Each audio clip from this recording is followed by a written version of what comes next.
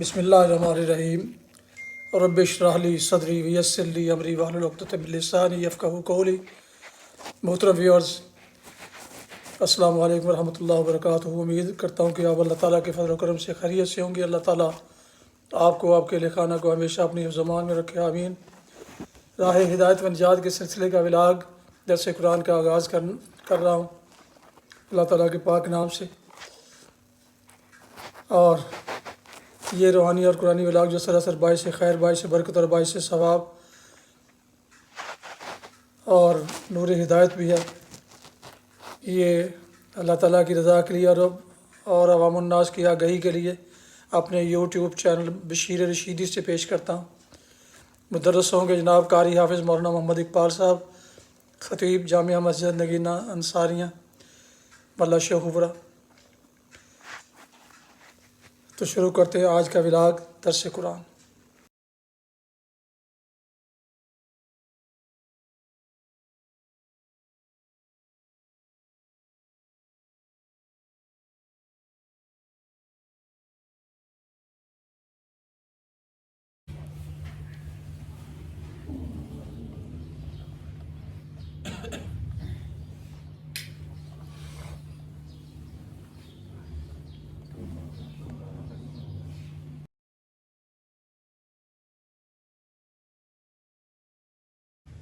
الحمد لله وكفى والصلاة والسلام على من لا نبي بعد. أما بعد فأعوذ بالله من الشيطان الرجيم. بسم الله الرحمن الرحيم. أم تريدون أن تسألوا رسولكم كما سئل موسى من قبل ومن يتبدل الكفر بالإيمان فقد ضل سواء السبيل. ود كثير من أهل الكتاب لو يردونكم من بعد إيمانكم كفارا حسدا من عند أنفسهم من بعد ما تبين لهم الحق فاعفوا واصفحوا حتى يأتي الله بأمره إن الله على كل شيء قدير. صدق الله العظيم.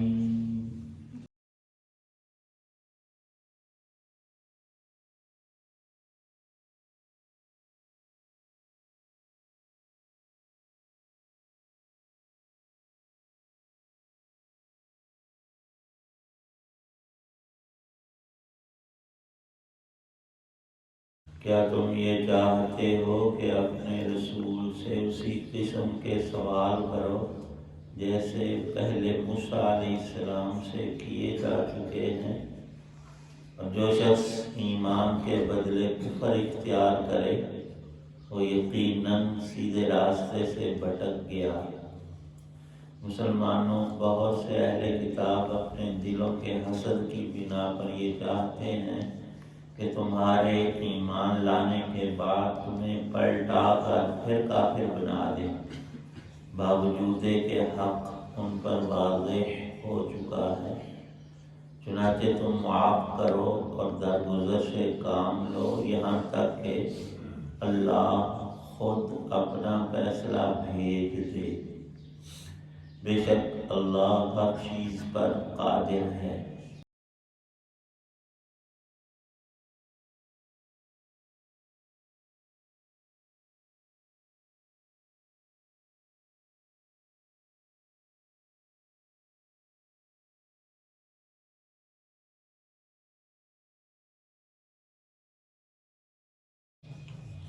سورۃ البقرہ کی آیت 108 اور آیت 109 ہیں۔ اللہ تعالی شانہ نے جہاں فضول کاموں اور باتوں سے منع فرمایا ہے، وہاں ایسی چیزیں جو ایمان کے لیے نقصان دہ ہیں ان کو بھی سختی سے منع کیا ہے۔ اور اس پس منظر میں یہودیوں کے وہ کرتوت جو انہوں نے اللہ کے سچے نبی اور رسول سیدنا موسیٰ علیہ نبینا وعلیہ الصلاۃ والسلام کے زمانے میں ان سے بے جا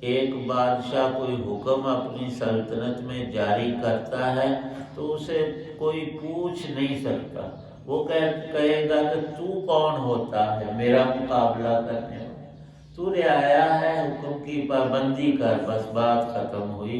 ہم نے کیا سوچا ہے وہ ہم جانتے ہیں۔ تو اللہ کے احکامات میں اپنی ٹانگ اڑانی یہ کبھی بھی کسی کے لیے روا اور درست ہو ہی نہیں سکتا۔ کہنے لگے اے موسیٰ تجھ سے اللہ باتیں کرتے ہیں، تو کلیم اللہ ہے، تو اس میں بلا کیا حرج ہے کہ ہمیں خود اللہ پاک کہہ دے یہ میری کتاب تورات ہے۔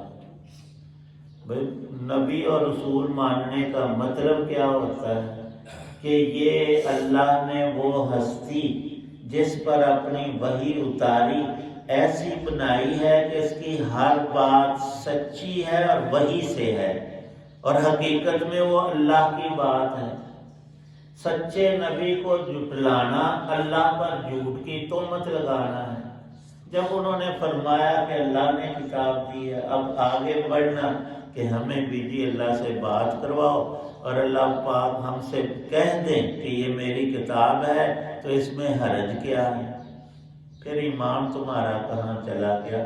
تم جو ایک طرف کہتے بھی ہو کہ یہ ہم اللہ کے رسول اور نبی اور پیغمبر ہیں، موسیٰ علیہ ادھر سے ان کو تکلیفیں پہنچاتے ہیں، اور اصل تمہارے اندر کی خرابی، تمہارے نفوس، تم چاہتے نہیں، تمہارا دل نہیں مانتا کہ اللہ کے حکموں کی پابندی کرو اور اللہ کے رسولوں کے طریقے پر چلو۔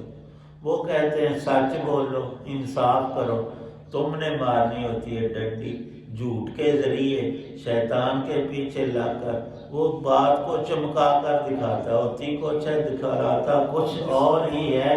تم سمجھتے ہو کہ اس میں ہمارا فائدہ ہے، اللہ فرماتے ہیں سچائی میں فائدہ، تم کہتے ہو جھوٹ میں فائدہ ہے۔ اللہ کہتے ہیں ایمان میں ساری برکتیں ہیں، تم کہتے ہو کہ نہیں ہماری عقل، ہماری سمجھ آگے ہے۔ تو کوئی بھی مسلمان ایسا ہرگز کبھی نہ کرے جیسی شرارتیں ان یہودیوں نے اپنے پیغمبر سے، اور باز نہیں آئے۔ مدینے میں نبی پاک صلی اللہ علیہ وسلم کے زمانے میں بھی یہ کر رہے ہیں، اور مسلمانوں کو دین حق سے پھیرنے کے لیے یہ گمراہیاں پھیلا رہے ہیں کہ ایسا کیوں ہے اور ایسا کیوں نہیں، اور اس میں کیا حکمت ہے، اور ہمیں سمجھ نہیں آئی۔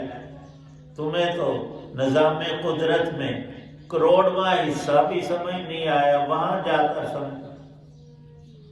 تو کچھ چیزیں ایسی ہیں جو بدیہیات، جن کا فائدہ نظر آتا ہے وہ کام کر لو، اب اس میں گھسنا اور دماغ لڑانا اور خواہ خواہ کے شیطانی وسواس پیدا کرنا اور لوگوں کو راہ حق سے ہٹانے کی کوشش کرنا، یہ بہت بڑا ظلم ہے، اپنے ساتھ بھی دوسروں کے ساتھ بھی۔ اللہ نے اس سے منع فرمایا ہے، وَدَّ كَثِيرٌ مِّنْ أَهْلِ الْكِتَابِ لَوْ يَرُدُّونَكُمْ، جل کر اندر کے حسد سے سڑتے ہوئے چاہتے ہیں کہ ہمیں آخری نبی پر ایمان لانا نصیب نہیں ہوا تو جو لائے ہیں ان کو ہٹا دیں۔ بھلا اللہ پاک کی اس میں کیسے چاہت ہو سکتی ہے؟ اللہ تو چاہتے ہیں اور تمہیں بھی سمجھاتے ہیں اور خطاب کرتے ہیں اپنے آخری کلام میں کہ باز آ جاؤ، شیطان کو، نفس کو چھوڑ دو، رحمان کو، اللہ کو، رسول کو مانو۔ اور یہ حقیقت لکھی ہے کہ جب بھی اللہ کے کوئی نبی تشریف لاتے ہیں کسی بھی قوم میں، ان پر وحی اترتی ہے، اس زمانے کے سارے لوگ اس نبی کی امت ہوتے ہیں۔ اب یہ یہودی بھی، مشرکین بھی، عیسائی بھی اور دنیا کے سارے انسان جب نبی پاک صلی اللہ علیہ وسلم پر وحی آئی تو آپ کی امت ہوئے سب لوگ۔ نبی کون ہے؟ حضرت محمد صلی اللہ علیہ وسلم۔ آپ نے حق کی، رب کی، اللہ کی دعوت دی، جن لوگوں نے مان لیا وہ امت اجابت، ان کا نام ہے مسلمان۔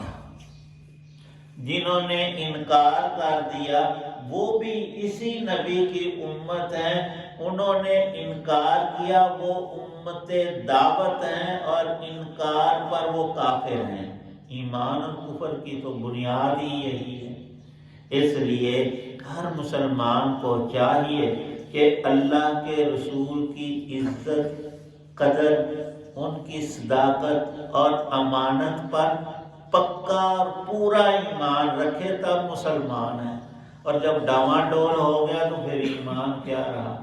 آج بھی دنیا بھر کا میڈیا اور ذرائع وہ یہودیوں اور عیسائیوں اور غیر مسلموں اور مشرکوں کا پورا زور ہے کہ مسلمانوں میں تھوڑا بہت بچا کھچا جو ایمان ہے اس کو ہلا کر رکھ دے، ڈاواڈول کر دے، شکوک اور شبہات پیدا کر دے، اور اس کے لیے وہ دن رات محنت کر۔ اس سب کا توڑ یہ ہے کہ ہم اللہ کے قرآن کو پڑھیں اور سمجھیں اور رب کی خدا کی خدائی پر اور حضرت مصطفیٰ صلی اللہ علیہ وسلم کی مصطفائی پر ایسے پکے اور اٹل اور ایسے طریقے سے کہ دنیا کی کوئی طاقت ہمارے ایمان کو ہلا نہ سکے۔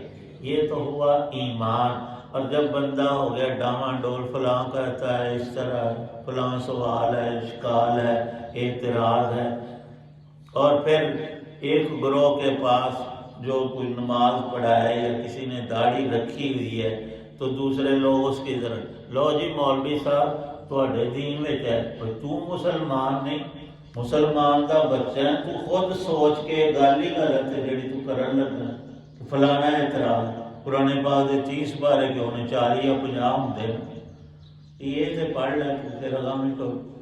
جو کچھ اللہ نے رکھا ہے وہ سب سے زیادہ موضوع اور بہتر ہے، ظاہر میں بھی اور حقیقت میں بھی۔ اللہ کا کلام سچا، اللہ کے سارے رسول سچے، اور سچے رسولوں کی اتباع، سچائی انسان کو نجات دلاتی ہے اور اللہ کی خوشنودی کا سبب ہے۔ اللہ پاک ہم سب کو نصیب کرے۔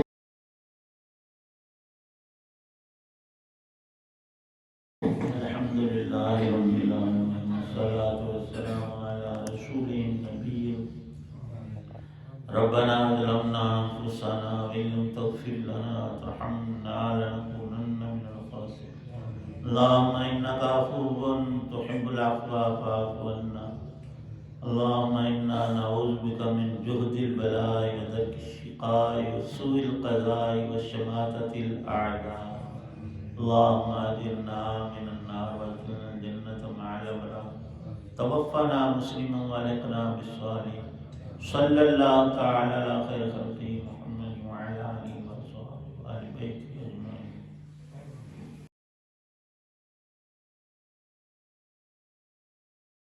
راہ ہدایت و نجات کے سلسلے کا ولاگ درس قرآن پیش کیا گیا۔ آج کے درس میں سورہ البقرہ کی آیات مبارکہ 108 اور 109 کی تلاوت، ترجمہ، تفسیر بیان کی گئی۔ مدرس تھے جناب مولانا محمد اقبال صاحب، اور یہ روحانی اور قرآنی سلسلے کا ولاگ جو سراسر باعث خیر، باعث برکت اور باعث ثواب، نور ہدایت، اللہ تعالیٰ کی رضا اور عوام الناس کی بہبود کے لیے، آگہی کے لیے میں نے اپنے یوٹیوب چینل بشیر رشیدی سے پیش کیا۔ اللہ تعالیٰ میری یہ کاوش قبول فرمائے، آمین۔ اگر آپ نے ابھی تک اس چینل کو سبسکرائب نہیں کیا اور نئے ہیں تو اس کو ضرور سبسکرائب کیجیے گا، دوستوں سے شیئر کر کے، لائک کر کے بیل آئیکن کو بھی پریس کر لیجیے گا تاکہ آنے والے ایسے روحانی اور قرآنی نوٹیفیکیشنز آپ تک اور دوستوں تک باقاعدہ اور بروقت پہنچتے رہیں۔ اپنا بہت خیال رکھیے گا، اپنی دعاؤں میں پیارے وطن، والدین، دوستوں کے علاوہ اس ناچیز کو بھی شامل فرمائیں اپنی دعاؤں میں، تو انتہائی شکر گزار ہوں گا۔ اللہ پاک آپ کو، آپ کے بچوں کو، اہل خانہ کو ہمیشہ خوش رکھے، آباد رکھے، شاد باد رکھے، آمین۔ السلام علیکم ورحمۃ اللہ وبرکاتہ۔ پاکستان زندہ باد۔ اللہ حافظ۔